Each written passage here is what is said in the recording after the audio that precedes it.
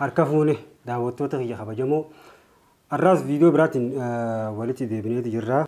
Har'ammoo waan isin qabadhee dhufe dogongora maatiin yeroo daa'ima isaanii guddisan dogongoran keessaa habbaa afur isiniif qabadheetiin dhufe. Mee dogongora afuran kana waliin laallaa hanga dhuma sagantaa teenyaan waliin turaan afeeraa teenya. Dogongorri maatiin yeroo daa'ima isaanii guddisan dogongoran keessaa tokkof maal ni beektaa? Dhaggeeffachuu dhabu tokkoffaan jechuudha. Daa'imni kun miira adda addaa qaba. Miira adda addaa kana hundinuu akkaataa ittiin himatan qaban. Akkuma umurii isaaniitiin jechuudha kan dubbachuu gahee dubbatee himataa kaanis boo'ichaan himataa gosa adda addaatiin himatan. Garuu immoo miira isaan ibsatan kana miira isaan sitti himatan kana ati maatii taatee yoo hubachuu fi dadhabdee jechuudha. Hoggunni tarii beela'eeti iyyuu jira taa'amma daa'imni kun. Sababa beelaatti jechuudha kan iyyuu danda'u ta'a. Ati immoo baalage maal boo'aa mucaan kun jetteeti isa keessa gad dhoorkitaa jechuudha. Maaliif inni waa ibsachuu jira beeki. Garuu immoo rakkinni isaa maali jettee osoo dhaggeeffanne osoo hubanne. Isa kun maal ta'e baalageen kun maayyaa oola afaan irraa walitti qabachiisa kaayata jaartiinis jechuudha laala. Dura maaltu boochisu jira mucaan kun maal ta'e beelee boo'u jira moo dhukkubee boo'u jira moo maal ta'eeti moo rakkina biraati moo maal jetteeti dhaggeeffattee hubachuuf qabda. Eegoo battee booda hara furmaataa deemte jechuudha. Garuu immoo osoo hubanne yoo qabdee keessa gad dhoorkite yoo qabdee uleedhaan akka inni yaada isaa akkuma beekuun ibsatu keessa gad dhoorkite mucaan kun ganaa sodaataa ta'ee guddataa jechuudha. Dogongora maatiin dogongoran keessaa tokko kunis yeroo daa'ima guddisan. Inni lammaffaadhaa boo'icha. Dogongora maatiin yeroo daa'ima guddistu keessa dogongortu lammaffaan boo'icha. Boo'ichi kun akkamii boo'ee waa hunda fudhataa jechuudha. Yoo waan kana fudhachuu barbaade ni boo'a. Alla mucaan kiyya boo'e jettee kan ni taaf.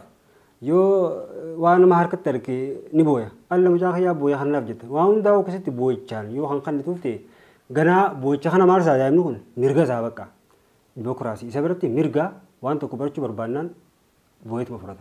Waan tokko fudhachuu barbaannaan numa boo'ee numa fudhata jechuudha. Badee jira. Tasa keessummaan faasii dhuftee osoo keessummaan waas bira dhugu jirtu waan keessummaan dhugu kana boo'ee faasii salphisuu danda'a. Tana waan ta'eef daa'imni yoo kan boo'u ta'e faallaa isaa deema. Yoo inni waan kana boo'ichaan fudhadhaa jee akkasitti iyyuu ta'e faallaa isaa deemi ittiin kanneen waan sana. Ammoo booda erga inni raafate godhiif. Irra guddaan nama maali boonyaan dafaniiti waan san kanneef alla mucaan kiyya boo'ee yaa'anii qabanii waan san kannaniifi ganaa mirga jeeti waan san mirgatti asseeptu godhatee guddataa waan cifa boo'ichaan fudhataa jechuudha dimookiraasii jaa.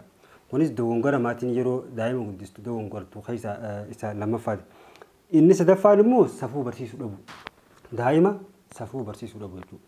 Ati daa'ima kee mana keetitti yoo safuu kan barsiisne ta'e waan kun qaanyiidha. Waan kun baalagummaa waan kun akka jettee manatti yoo kan barsiisne ta'e daa'imni kee kun yeroo guddatee ala gabbees hawaasa keessatti waan safuu takka baratu hin jiru. Maaliif jennaan guddisni daa'imaa manaa jalqaba. Mana keessatti yoo ati safuun barsiisin alatti safuu maal baratanii atuun barsiisne mana keessatti alattis akkuma fedhe namaan ja'a jechuudha. Akka fedhe wal arrabsaa afaan jechuun taane fa'aa ja'aa guddata jedhee keenya amma daa'ima tokko tokko hawaan afaan hin taaneef jecha silaalinni guddaan hin jenne hajoo jira. Kun sababni maali?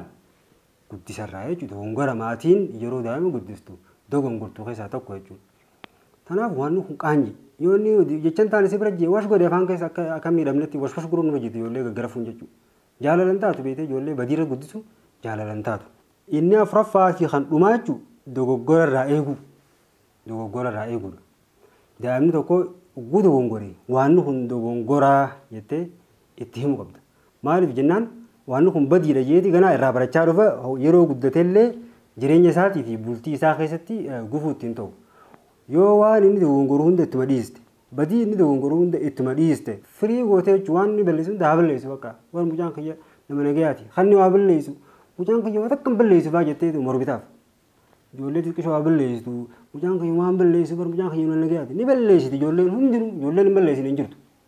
Ati immoo waan ilmoo ta'e taateef waan jaalattuuf mucaan kiyya balleessu jetta. Intoo waan kana yaamu jiru ni balleessiti daa'ima taate daa'imni waan akka hin beektu sammuu daa'imaatii yaadde sammuun daa'imaa qulqulluu waan ta'e jecha umbati hungaari dambeesu nu balleessiti eegeessi waan takka balleessite ati immoo wash gootee waan umbatiidhaa barsiisuu qabda achi booda irraa dhaabbata.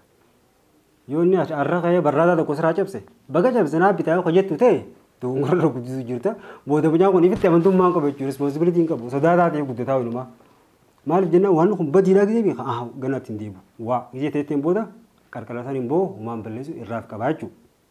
Garuu immoo waan inni balleessu hunda jettuma dhiyeessite. Ganda namaa liqoos alaadaa namaa keessatti waa cabsa bakka hundatti suma salphisaa deemaa jechuudha. Kana kun dogongorri maatii yeroo daa'ima isaanii guddisan dogongoran kana faadha tokko. Kanaaf akka daa'imni akkan taane waan cufaa'u seeraan guddisu. Takkaffaa yaada isaanii hubachuu qabdan. Lammaffaa booyanii waa fudhachuun akka mirgan ta'in barachuu qaban daa'imni. Sadaffaa safuu baruu qaban. Safuu waan kun qaanyiidha baruu qabanii.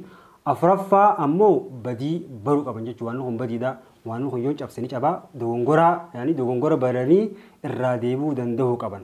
Kun kan ta'u guddisa maatiin mana keessatti ati guddisturraa jechuudha. Kanaaf daa'ima akkami guddisu jirta. Yoo inni booyaa fudhate alla booyyattee kanuuf jirta. Yoo inni afaan baalageessi biratti calitti yoo jirta. Yoo inni rakkinni adda addaa dhukkubee isa mudatee miira isaa sitti ibsate dhaggeeffachuuf jirta hubachuuf jirta. Yoo inni dogongoree waan kun dogongora itti himu jirta. Isin warri maatii ilmaan qabdan yoo kana laalu jiraatan taate mi'a kana ifitti deebi'aa waan afuran kana dogongora afuran kana kan yeroo daa'imni guddatu maatiin dogongoran kana yoo kan qaban ta'e sirree isaan isiniin jaa. Ijoollee jaalachuun badiiratti dhiisuu miti. Ijoollee jaalachuun safuu cabsuu miti safuu barsiisu. Ijoollee jaalachuun yaada isaanii hubachuu dhiisuu miti. Sibiilanii kanneen jaalalan ta'u badiiratti deeggaraa jenneen jaaladhaa waan ijaamu jiru. Osoo inni waa balleessuu agartee jaalalattee barkutuun hin ta'u. Balleessinaan balleesse gara fi ijoollee ta'e waa takka rakkoon qabu. Uleen himmi tu bara akkuma inni badii irraa deebi'u gooti malee. Kanaaf jaalalaa fi dogongora badii adda baafadha daa'ima guddaa jaalattan jechuudha. Haala kamiin jaalachuu qaba haala kamiin guddifachuu qaba. Kan inni jaaladhaa fi seeraan guddifadhaan taatu bara. Yoo inni balleessee cal jettaa kana waan ta'eef akkamitti akka guddifachuu jirtu atuun beektaa abbaan kan ilaalu jiru kan maatii qabu yoo ta'e akkamitti akka guddifachuu jirtu beektaa waan ta'eef kanaaf miira daa'imaa hubachuuf hin barbaachisaa hedduu keessaafuu hubannaa irratti keessaafuu daa'ima dhalaadhaa jechuudha hedduu hubannaa godhuuf hin barbaachisaadha. Viidiyoon arraan tan qabadhee isin dhufe kana fakkaataa torban viidiyoo biraatiin hanga walitti deebinutti nagaan naaf tura isiniin jecha viidiyoon kiyya yoo kan isinitti tolu ta'e yaada qabdan komentii jalatti naaf kennaa sagantaa kana gaggeessaa kan isin waliin ture an Alii Muusaatii torban viidiyoo biraatiin hanga walitti deebinutti nagaan na jiraadhaa isiniin jaa waan na dhaggeeffataniif guddaa galatoomaa teenya oluma.